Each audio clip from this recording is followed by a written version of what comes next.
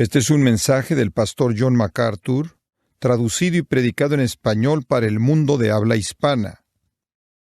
Para aquellos de ustedes que están congregándose con nosotros, hemos estado esperando un estudio del Antiguo Testamento aquí en Grace Church, después de muchos años en el Nuevo Testamento y unas cuantas visitas en el Antiguo. Y recientemente acabamos de embarcarnos en ese estudio del Antiguo Testamento y estamos comenzando a estudiar una profecía en particular en el Antiguo Testamento que se encuentra en el capítulo 53 de Isaías. Y entonces, si tiene una Biblia a la mano, si no la tiene, hay una en la banca, puede abrir su Biblia.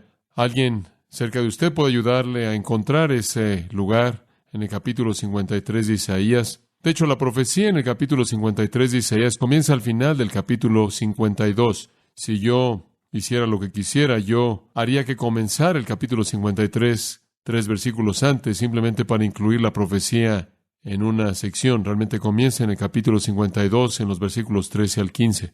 Ese va a ser el texto para nuestro estudio en esta mañana, Isaías 52, versículos 13 al 15.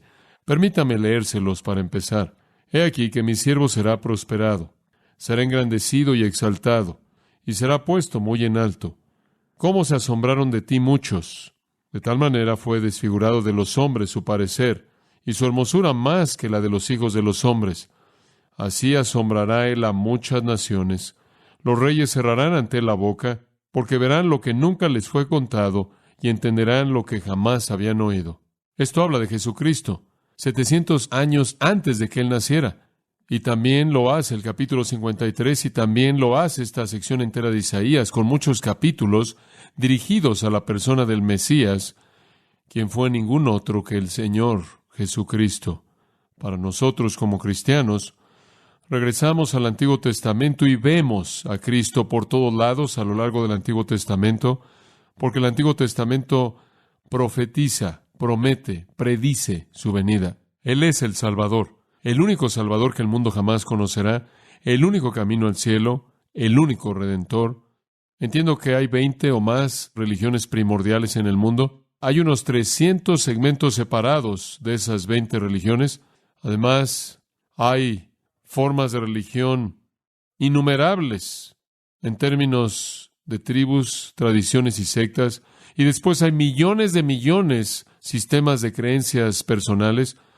Uno tendría dificultad en contar todas las deidades imaginarias que existen en las mentes de la gente. No obstante, todas, excepto por el cristianismo, son religiones falsas. Todas, excepto el cristianismo, son engañosas. Solo hay un Dios, solo hay un Salvador. El único Dios es el Creador y Redentor, quien nos es presentado en las páginas de las Sagradas Escrituras, quien vino al mundo en la forma del Señor Jesucristo, quien es el único Salvador. Y, por cierto, el único Dios en toda la religión que murió y resucitó para dar perdón y salvación a los suyos es el Señor Jesucristo, el Dios verdadero. Solo el cristianismo, únicamente el cristianismo presenta a un Salvador. Y solo hay una verdad, y es la verdad del cristianismo, y solo hay un Salvador, y es el Señor Jesucristo. Únicamente el cristianismo enfrenta la realidad de que ninguna persona puede ganarse su camino a Dios, ninguna persona puede ganarse el perdón, ninguna persona puede ganarse la salvación, ninguna persona puede ganarse el cielo mediante la bondad, moralidad, la actividad religiosa, la ceremonia o el ritual. La Biblia es muy clara en que la salvación es un regalo para aquellos que saben que no se la pueden ganar y claman por misericordia, colocando su confianza para el perdón y salvación y el cielo en el Señor Jesucristo, quien murió por sus pecados y en su lugar y resucitó triunfalmente de los muertos, la confirmación divina de que Él había satisfecho de manera plena la justicia y la ira de Dios y la salvación fue hecha disponible. Toda la gente es pecadora, todos los que jamás han vivido son pecadores, todos son incapaces de salvarse a sí mismos, todos necesitan un Salvador. Solo hay un Salvador, Jesucristo, quien murió y resucitó y salvará a los suyos y los llevará a todos ellos al cielo. Ese es el mensaje de las Sagradas Escrituras y esa es la verdad. Y esa es la razón por la que la muerte y resurrección de Jesucristo son celebradas como son celebradas por los cristianos. Es el acontecimiento más grande en la historia del mundo. Pero para colocarnos en el lugar en donde está Isaías, conforme él escribe acerca de esto, unos 700 años antes de que sucediera, regresemos un poco.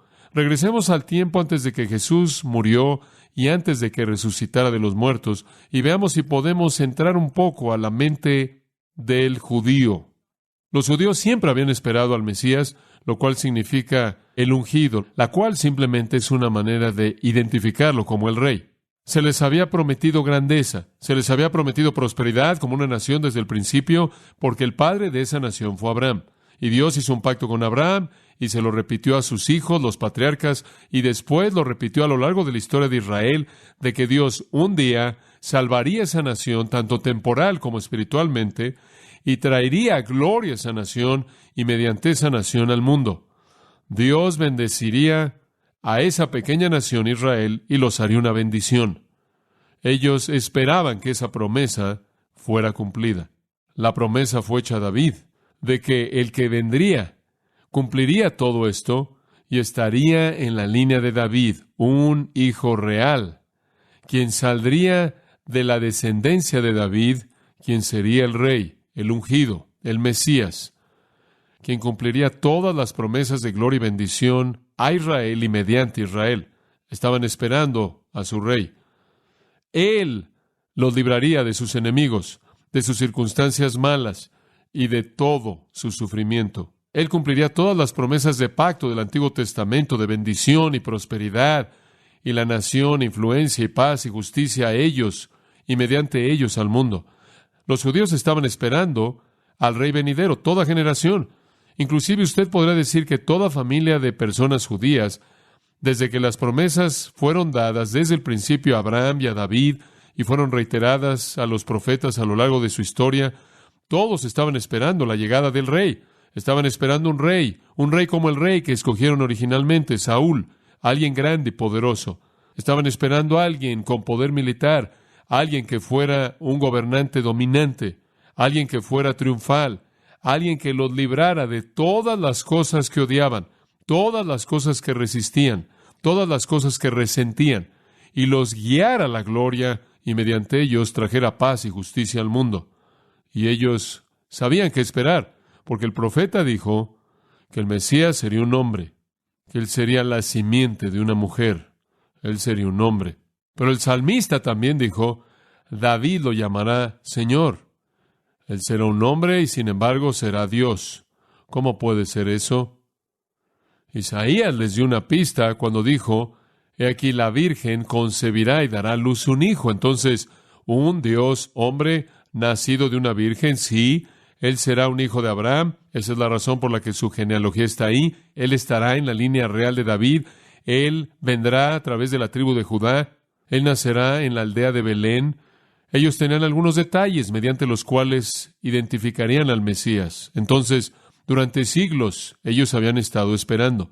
Y después Jesucristo llegó, nacido de una virgen, en la línea de Abraham, en la línea de Judá, en la línea de David, nacido en la ciudad de Belén, y evidenció su deidad mediante palabras y obras como el mundo jamás había visto y jamás verá, un poder desplegado sin paralelos. ¿Acaso ellos no nada más deberían haber recibido y confirmado este es el Mesías? Todos los requisitos fueron cumplidos y más, pero el problema que tuvieron fue ¿dónde está la pompa y dónde está la circunstancia y dónde está la fanfarria y dónde está el poder militar? Él nació humildemente en un comedero de animales y él fue asistido en su nacimiento por las personas más bajas en la escala social, pastores considerados con un tipo de labor bajo. Él vivió humildemente en una familia muy promedio y menos que promedio, afuera de la ciudad llamada Nazaret. Él se rodeó de algunos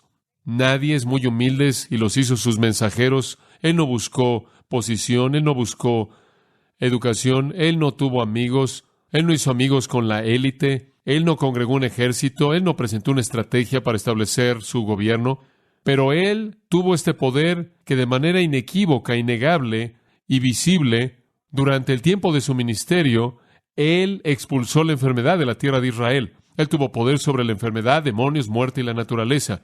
E inclusive con toda la decepción acerca de lo que Él no estaba haciendo, aún así estaba la realidad de que Él tuvo este poder sorprendente, divino. Y entonces, por lo menos, fue durante un día que sus esperanzas de que Jesús fuera su Mesías en cierta manera se encendieron, y hubo esta expectativa enorme colectiva, la esperanza de que Él sería su Mesías, a pesar de la decepción, y ese fue el día en el que Él entró en Jerusalén para la última Pascua. Ellos arrojaron las túnicas que tenían a los pies de Él, arrojaron hojas de palma bajo Él. Dijeron, Hosana al Hijo de David, el cual fue un título mesiánico. Ellos lo alabaron, bendito el que viene en el nombre del Señor. Ellos lo reconocieron como su Rey y su Mesías en base a sus milagros, el último de los cuales fue muy conocido, la resurrección de Lázaro de los muertos. Y ellos debieron haber esperado que quizás si tan solo forzamos esto, habían cientos de miles de personas ahí en Jerusalén porque era la Pascua.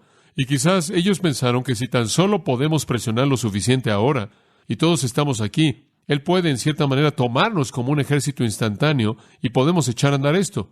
Y entonces lo reconocieron como su Mesías, esperando como esos dos discípulos en el camino de Emaús que dijeron, esperábamos que Él fuera el Rey y el Redentor. Todos estaban esperando. Al día siguiente Él regresó a la ciudad después de la entrada triunfal y Él procedió a atacar. Pero no atacó a los romanos, los enemigos de Dios y los enemigos de Israel. Él atacó a los judíos. Él atacó el templo. Él hizo un látigo y comenzó a expulsar a la gente. Lo habían convertido en una cueva de ladrones. Él lo hizo en el principio de su ministerio. Él lo hizo en la semana final de su ministerio. Él atacó a los líderes judíos religiosos. Él atacó el judaísmo en su punto más elevado, en su cúspide, en su pináculo. Él atacó el templo, él atacó la religión, y él nunca tocó a los romanos. Ellos ya tenían sus dudas acerca de él porque él no actuó como un rey. Ellos ya estaban cansados de estar decepcionados por él, porque cuando trataron de hacerlo un rey, él desapareció. Entonces se volvieron en contra de Jesús. Durante el resto de la semana, él siguió atacando la teología falsa y apóstata del judaísmo en el templo y enseñándole a la gente la verdad. Pero la gente ya se había vuelto, eventualmente ya para el viernes, estaban clamando por su sangre. Crucificadle, crucificadle. Lo entregaron a los romanos y eso es exactamente lo que los romanos hicieron. Estaban esperando que él fuera el que redimiera a Israel, pero él no fue el rey que querían. Como pueden ver, el problema, como le dije la semana pasada, fue que su judaísmo se había desarrollado hasta convertirse en una religión falsa, como cualquier otra religión falsa en el mundo. Cualquier otro conjunto de mentiras, cualquier otro engaño, un sistema de mérito, un sistema de crédito, un sistema en donde usted se gana su camino a Dios y al cielo al ser una persona buena, una persona moral y una persona religiosa. Así es como ellos vieron la religión. El meollo del asunto es que no necesitaron un Salvador. Inclusive cuando Juan el Bautista dijo, «He aquí el Cordero de Dios que quita el pecado del mundo», no lo entendieron. Pero todos esos sacrificios que habían hecho durante milenios, todos esos millones de animales que habían muerto, estaban apuntando al que sería el Cordero sacrificial final, cuya muerte verdaderamente satisfacería a Dios y pagaría la paga por sus pecados. Aún así no lo entendieron. No necesitaban, como les dije la semana pasada, no necesitaban un Salvador. Ellos simplemente necesitaban un rey. No necesitaban ser librados de sus pecados, eran justos. Necesitaban ser librados de sus circunstancias y su sufrimiento. No pensaban que necesitaban un Salvador que los librara del juicio de Dios que estaba a punto de caer sobre ellos porque eran tan pecaminosos. Y eran hijos de Abraham. Estaban seguros, pensaron ellos. Eran hijos de la promesa, hijos del pacto. Habían sido adoptados por Dios y entonces se volvieron en contra de Jesús. Ahora, la verdad es esta. Jesús es el Rey. Él llegó como el Rey. Pero no pudo traer su reino en su plenitud con todas sus promesas hasta que hubiera provisto salvación para los suyos. Su reino es un reino de salvación. La gente en su reino son personas que han sido salvadas de sus pecados. No puede haber un reino para Israel o para nadie más hasta que el pecado haya sido pagado. Él no pudo proveer un reino para los suyos hasta que Él proveyera salvación para los suyos. Ellos no podían ser librados de sus enemigos. Ellos no podían ser librados de sus circunstancias. Ellos no podían ser librados de su sufrimiento hasta que hubieran sido librados de su pecado. Y esa fue la razón por la que Él tuvo que morir y resucitar. Y ese es el Evangelio. Y ese fue el mensaje que Él predicó. y ese fue el mensaje que los apóstoles predicaron, y ese fue el mensaje que los predicadores después de la resurrección predicaron, y ese es el mensaje que los escritores del Nuevo Testamento nos dieron, y ese es el mensaje que la iglesia verdadera ha predicado desde ese entonces hasta esta misma mañana. Ellos debieron haberlo creído. Ellos debieron haber creído que necesitaban ser salvados de sus pecados. Ellos debieron haber creído que el Mesías iba a venir y morir y resucitar y después reinar en algún punto más adelante. Él iba a venir y proveer salvación espiritualmente para sus hijos y después darles las promesas del reino. Dice usted, bueno, ¿por qué es que ellos debieron haber creído eso? Bueno, usted podría decir que debieron haberlo creído al entender el sistema sacrificial.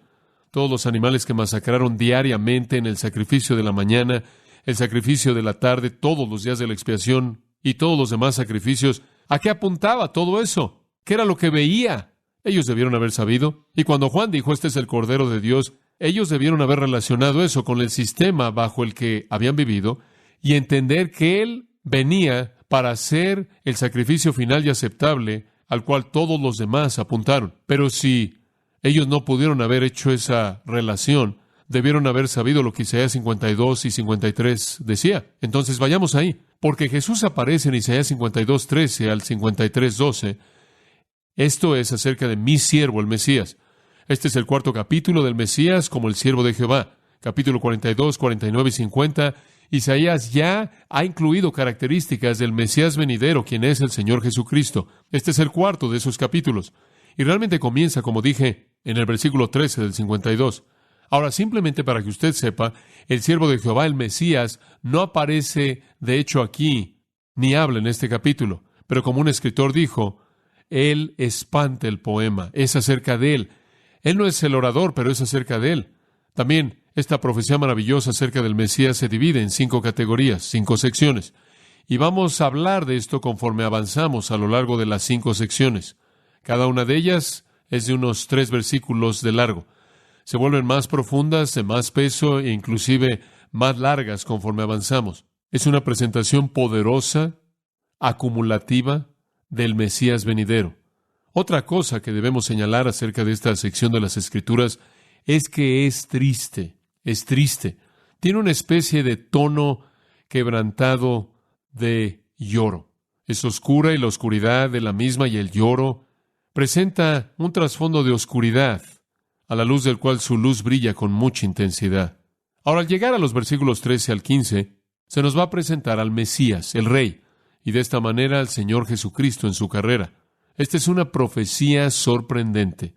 Lo que nos dice, presenta, por cierto, el capítulo 53, y el capítulo 53 expande lo que se presenta a manera de resumen en el 52, 13 al 15.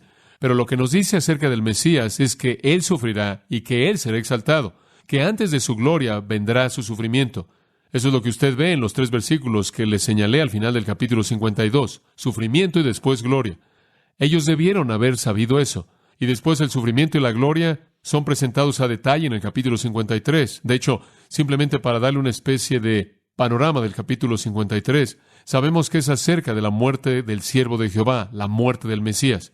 Se nos presenta el hecho de que Él es un varón de dolores en el versículo 3. Él está experimentado en quebranto. Lo encontramos golpeado, herido, traspasado, aplastado. Y esto resulta en literalmente su muerte. Él es como un cordero llevado al matadero en el versículo 7. Versículo 8, Él es cortado de la tierra de los vivientes. Esa es una expresión hebrea para la muerte. Lo encontramos en el versículo 9, en una tumba. Lo encontramos en el versículo 10 como una ofrenda por la culpa. Lo encontramos en el versículo 12 derramándose a sí mismo hasta la muerte. Este es el siervo de Jehová. Todos los judíos en la historia hasta la época de Cristo interpretaron esta sección de Isaías como mesiánica. Este es el Mesías. Este es el Mesías muriendo una muerte horrible, vista desde diferentes ángulos. Un tipo de muerte aplastante, hiriente, disciplinadora, azotadora. Pero también encuentra en el capítulo 53 la resurrección. En el versículo 10 veremos a su descendencia. Él prolongará sus días y la buena voluntad del Señor prosperará en su mano. En el versículo 11, como resultado de la angustia de su alma verá, y como una lectura lo expresa, verá luz y quedará satisfecho. Versículo 12, Jehová le dará una porción con los grandes y dividirá el botín con los fuertes. Entonces él sale triunfante y victorioso. Los judíos deberían haber sabido que su Mesías, en Isaías, morirá, resucitará, será exaltado, sufrirá primero y después será exaltado, porque estuvo aquí. Y ellos sabían que esto era mesiánico porque el pasaje gira en torno al Mesías. Entonces, el día de hoy quiero que veamos estos 3 versículos que presentan esta porción bajo el título El siervo sorprendente. El siervo sorprendente. El lenguaje aquí enfatiza que todo acerca del Mesías es asombroso, sorprendente. Comienza con la frase, he aquí, versículo 13. Y después en el versículo 14 aparece la palabra asombraron. Y después en el versículo 15 la palabra, que en algunas Biblias es rociar, será mejor traducida asombrará. Y explicaré eso en un momento. Y después tiene a reyes y a naciones sin palabras. El lenguaje he aquí, asombrar, asombra, sin palabras. Todo indica que este es un retrato sorprendente, asombroso de la carrera del Mesías Rey. Y vamos a dividirlo simplemente. Versículo 13. Primero, la revelación sorprendente. La revelación sorprendente. He aquí que mi siervo será prosperado, será engrandecido y exaltado. He aquí, el hebreo giné, atención plena. Presten su atención completa. El Mesías es presentado por 4ª vez en esta profecía de Isaías como el siervo de Jehová, mi siervo, mi Ebed, lo cual significa esclavo, una palabra que se refiere al que hacía el trabajo duro en obediencia a su amo, el que no tenía voluntad personal, únicamente la de su amo y vivía para agradar a su amo.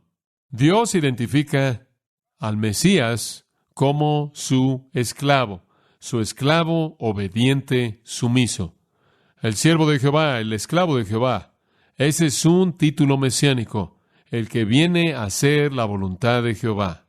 Él es el único israelita, el único, cuya obra prosperará a tal nivel que él será prosperado, engrandecido y exaltado. Y al final, literalmente, él va a hacer que el globo quede sin palabras. Dios había quedado decepcionado con la nación de Israel. Aquí está el verdadero y único siervo de Jehová, el verdadero y único israelita que llevará a cabo la redención de los suyos, de sus pecados y después de sus circunstancias y su sufrimiento y sus enemigos. Simplemente una nota acerca de mi siervo. Hay 4 veces en los profetas en donde usted tiene he aquí, mi, o he aquí refiriéndose al Mesías, aquí he aquí, que mi siervo. También en Zacarías 3:8, he aquí mi siervo, refiriéndose al Mesías. En Zacarías 6:12 es he aquí el hombre, el varón, lo cual nos dice que el Mesías será el siervo de Dios. Él también será un hombre. En Zacarías 9:9 el profeta dice, he aquí vuestro rey. Entonces el Mesías será el siervo de Jehová, un hombre y rey. Y en Isaías capítulo 40, versículo 9, dice del Mesías, he aquí tu Dios, he aquí tu Dios. Mesías será hombre y Dios y siervo y rey. Esos están en yuxtaposición, ¿no es cierto? Hombre y Dios, siervo y rey. Él es todo eso.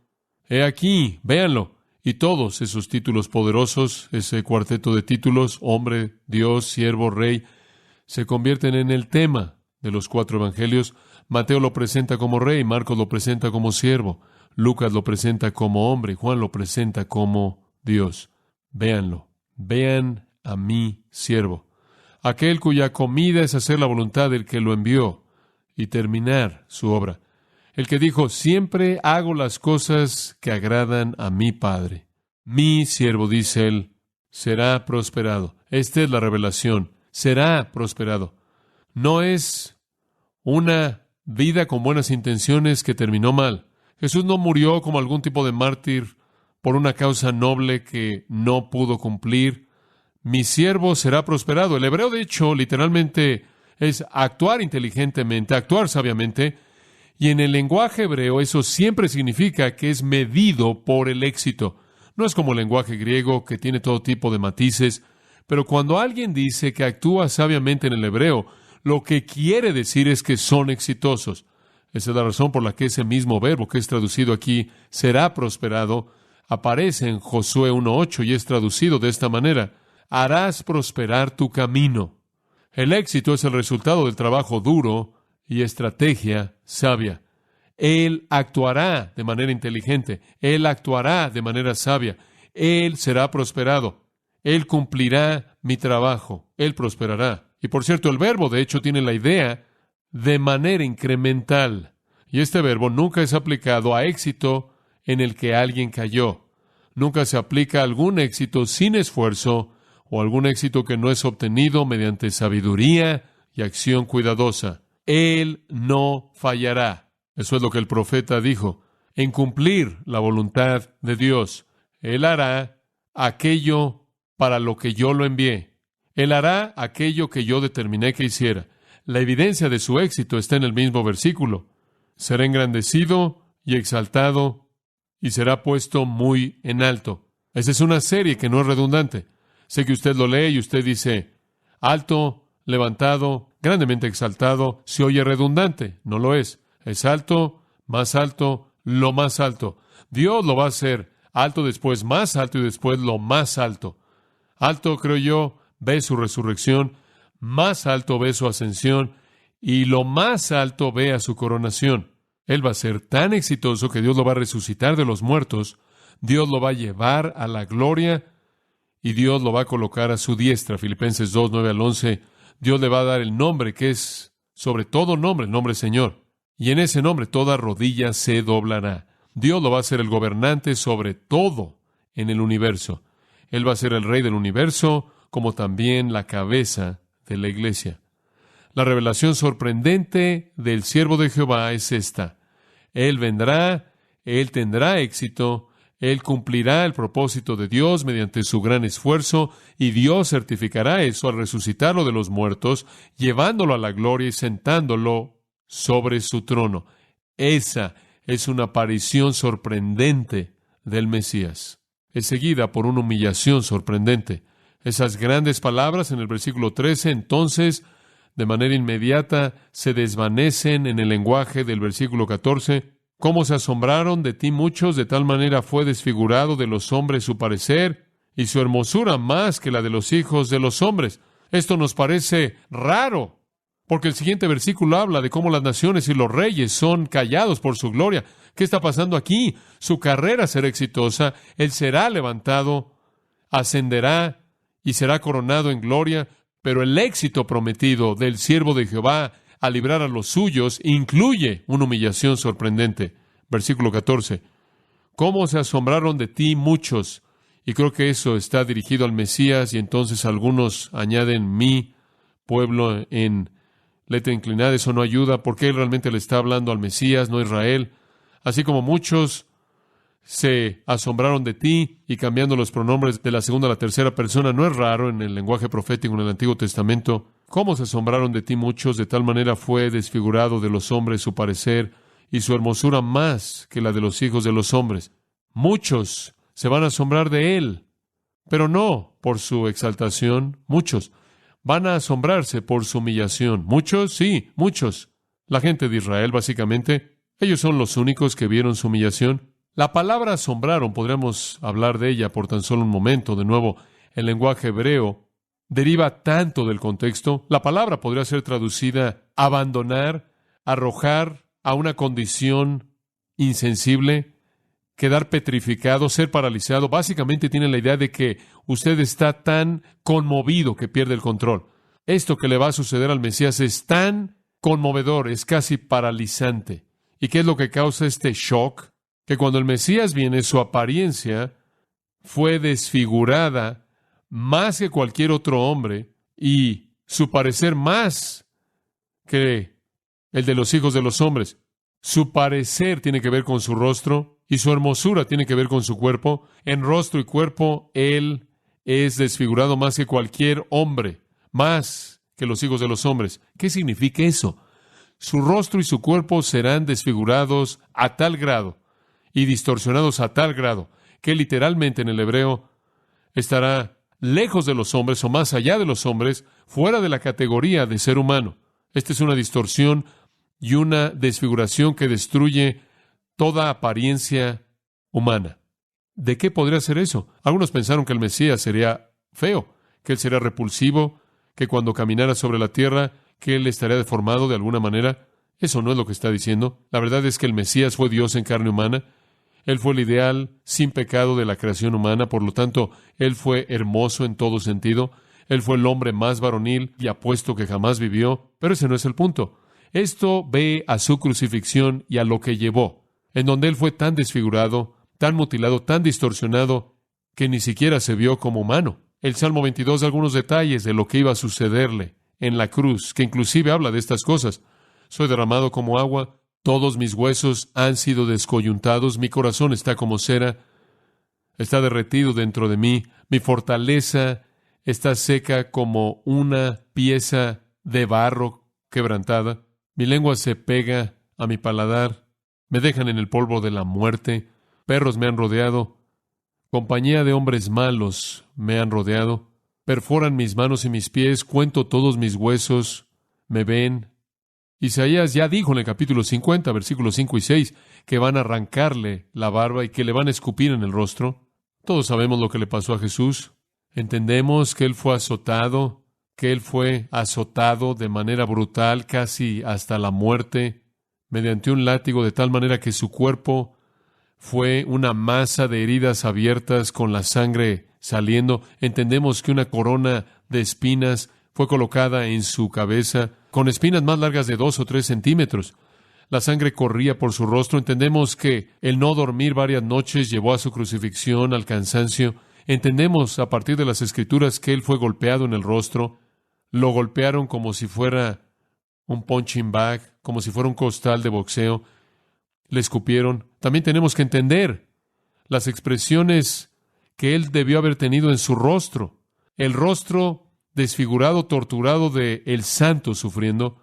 Apenas reconoce usted a un ser humano bajo la sangre y las heridas y la carga aplastante de su cuerpo colgando en una cruz y siendo dislocado. Y entonces dice que se asombraron de ti. Fue el asombro del menosprecio. Este no podía ser su Mesías. Esto retrata el shock de la gente común y corriente que vio su humillación. Él fue un objeto de repulsión para ellos. Nadie quería acercarse a su Mesías Rey, ni siquiera poco.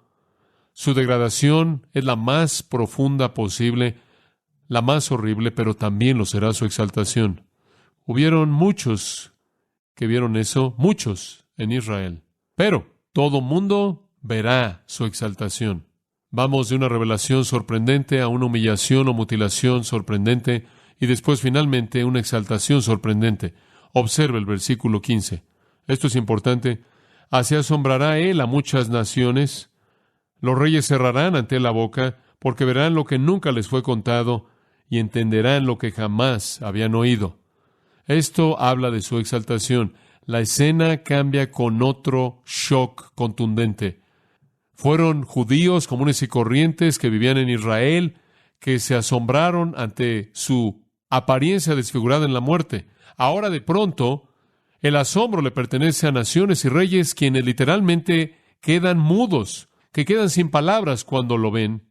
Cuando lo ven, notarán que es posible que en su Biblia diga rocío en lugar de asombrará. Eso es posible. De nuevo, al tratar con el lenguaje hebreo tenemos que decidir en cierta manera si vamos a ir en una u otra dirección en palabras que podrán significar un par de cosas. Podrá significar algo literal o algo metafórico. En este caso, rociar es una traducción apropiada del verbo. Literalmente significa algo que es rociado, y algunos traductores han usado rociar y han dicho, bueno, esto significa que en su muerte y humillación y mutilación, Él proveerá limpieza para las naciones. Él va a limpiar a muchas naciones que de pronto ahora Él ha ido de ser un sacrificio a ser un sacerdote. E inclusive cuando escribí la Biblia de estudio, en cierta manera acepté esa postura, pero desde ese entonces, después de estudiarlo más, creo que es mejor traducirlo, y esto se está convirtiendo, creo, en una manera más estándar con la palabra asombrará. Asombrará. ¿Por qué asombrará? Bueno, porque encaja el paralelo. Se asombraron ante el hombre que estaba desfigurado y de esta manera se asombrarán ante su exaltación. Porque debido al paralelo, el efecto que Él produce por su exaltación necesita ser paralelo al efecto producido por su humillación. El efecto producido por su humillación fue asombroso, y entonces el efecto producido por su exaltación también es asombroso. Dice usted, bueno, eso está bien en contexto, pero ¿qué hay acerca de las palabras? Rociar y asombrar parecen como dos palabras diferentes. Realmente no, nasá, el verbo puede significar rociar, pero puede significar metafóricamente saltar, y hay evidencia que podría significar saltar por emoción excesiva. Puede significar asombrar metafóricamente, y por cierto, las naciones no pueden ser limpiadas de cualquier manera, los individuos sí, pero el mundo entero puede asombrarse y se asombrará por el regreso de Cristo. El día vendrá cuando las naciones del mundo temblarán con asombro cuando Él venga. El sol dejará de brillar, dice la Biblia, la luna dejará de brillar, las estrellas dejarán de brillar, y la señal del Hijo del Hombre en gloria refulgente aparecerá en el cielo. Mateo 24:25, Él vendrá en esa gloria refulgente. Daniel también habla de eso. También aprendemos en el libro de Apocalipsis que la gente clamará porque las rocas y los montes caigan sobre ellos, para esconderlos del rostro de su venida. Todo ojo le verá, todo ojo le verá. ¿Y por qué se concentra Él en las naciones y los reyes? Porque cuando Él viene a establecer su reino, literalmente va a apoderarse del mundo. Él va a reemplazar a los reyes. ¿Por qué están las naciones agitadas? Salmo 2. ¿Por qué las naciones están inventando algo vano? Los reyes de la tierra se ponen de pie. Los reyes aconsejan, traman contra el Señor, contra su ungido, diciendo, rompamos sus cadenas, quitemos sus cadenas de nosotros. Pero el que se siente en los cielos se ríe. Jehová se mofa de ellos. Él les hablará en su enojo y los aterrará en su furia, diciendo, pero yo he puesto a mi rey en Sión, mi monte santo. Cuando Dios establece su rey en el mundo como el rey del mundo, las naciones todas verán su exaltación gloriosa. Están asombrados ante su crucifixión, los que la vieron. El mundo entero se asombrará cuando Él regrese y aparezca en gloria. El drama que ocurrirá conforme el cielo se oscurece y conforme Cristo aparece en gloria será visto por todo mundo. Los reyes cerrarán ante Él entonces la boca. Aquellos que siempre tienen un derecho de hablar quedarán sin palabras. El efecto involuntario del shock y el asombro, del asombro extremo, de la emoción intensa, va a hacer que ellos queden en silencio. El mundo quedará mudo conforme Él viene. ¿Por qué? Porque verán lo que nunca les fue contado y entenderán lo que jamás habían oído. Al mundo no se le ha contado del regreso glorioso de Cristo, pero cuando Él venga, todos lo verán, todos lo entenderán, y quedarán asombrados en silencio. Recibirán su educación teológica completa acerca de la segunda venida en un momento. Entonces, el parecer desfigurado, inhumano de nuestro Señor asombró a los judíos del primer siglo que lo vieron. Su exaltación asombrará al globo. El mundo entero lo verá. Ahora, entre su humillación, la cual incluyó su muerte, y su exaltación, algo tuvo que suceder. ¿Qué fue? Resurrección. Resurrección. Tiene que haber una resurrección. Y eso es exactamente lo que no solo se presenta de manera implícita, sino que es afirmado en el versículo 13. Él será engrandecido, resurrección, y exaltado, ascensión, y será puesto muy en alto, coronación. El Salmo 16, el salmista dice, Dios no dejará que su santo, el Mesías, vea corrupción. Su alma no perecerá, su cuerpo no perecerá en la tumba. Él verá el camino de la vida. El Salmo 16 promete la resurrección del Mesías. Pedro predicó de ese salmo en el día de Pentecostés, en ese gran sermón de la resurrección de Cristo. Y la resurrección está aquí en el versículo 13, pero más que eso, es la parte faltante que es más obvia en el texto, porque usted no puede tener muerte y exaltación a menos de que tenga resurrección. Por cierto, el apóstol Pablo citó el versículo 15, la parte final. Verán lo que nunca les fue contado y entenderán lo que jamás habían oído. Él citó eso, mostrando que el versículo no solo incluye la exaltación final y el reinado de Cristo, sino la predicación del Evangelio que lleva a eso. El mundo será conmovido, estará en shock cuando suceda porque no lo esperarán. No se les habrá contado, no lo habrán entendido, pero a lo largo de la historia, inclusive ahora, a la gente se le está diciendo, la gente está llegando a entenderlo. Entonces, Pablo extiende esto que tiene su cumplimiento final en el regreso de Cristo y el shock de las naciones de regreso al periodo de la predicación del Evangelio, cuando le estamos diciendo a la gente lo que nunca antes han visto, lo que nunca antes han entendido acerca de la gloria de Cristo. Entonces, Encontramos inclusive aquí la carrera del Mesías que tendrá éxito. Él cumplirá con la obra de Dios y por lo tanto será resucitado, será llevado al cielo y será coronado. Voy a dejar que Isaías tenga la última palabra, y es la primera línea del capítulo 53. Una revelación asombrosa, una humillación asombrosa y una exaltación asombrosa. Y ahí en esa línea tenemos un rechazo asombroso. El profeta dice de manera reflexiva y con tristeza, ¿quién ha creído a nuestro anuncio? Mirando hacia adelante, los judíos vivieron esto cuando crucificaron a Jesús. Los judíos vivieron esto después de que Él resucitó de los muertos. Ha estado ahí, siempre. ¿Quién lo ha creído? Un remanente pequeño. El mundo ha tenido esta porción de las Escrituras con respecto a la muerte y resurrección del Mesías. ¿Quién la ha creído? Esa es la realidad triste del rechazo. Y es redundante decirlo, pero ¿qué hay acerca de usted? Y esa es la pregunta que tiene que ser presentada y respondida el día de hoy. ¿Qué hay acerca de usted? ¿Qué hay acerca de usted? ¿Cree usted que el Señor Jesucristo murió por sus pecados y resucitó de los muertos para la justificación de usted, y un día vendrá como el Rey exaltado y tomará los suyos y los llevará al reino prometido a ellos? ¿Cree usted que Él no pudo venir a reinar hasta que Él vino a salvar? ¿Cree usted que Él no pudo recibir su gloria hasta que Él sufriera? Ese es el Evangelio. Y al creer el Evangelio hay salvación para usted. Esto haría de este día el más maravilloso de su vida si hasta el día de hoy no ha entregado su vida a Cristo. Acompáñeme en oración. Padre, te damos gracias por la coherencia de las Escrituras y su poder.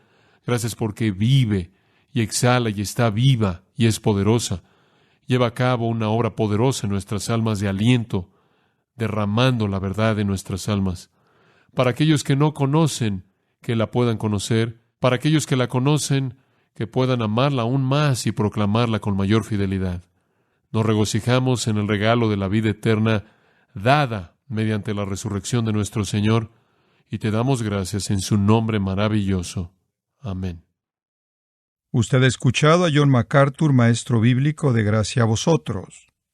Para más información y acceso gratuito a todos los mensajes de John, así como una lista de libros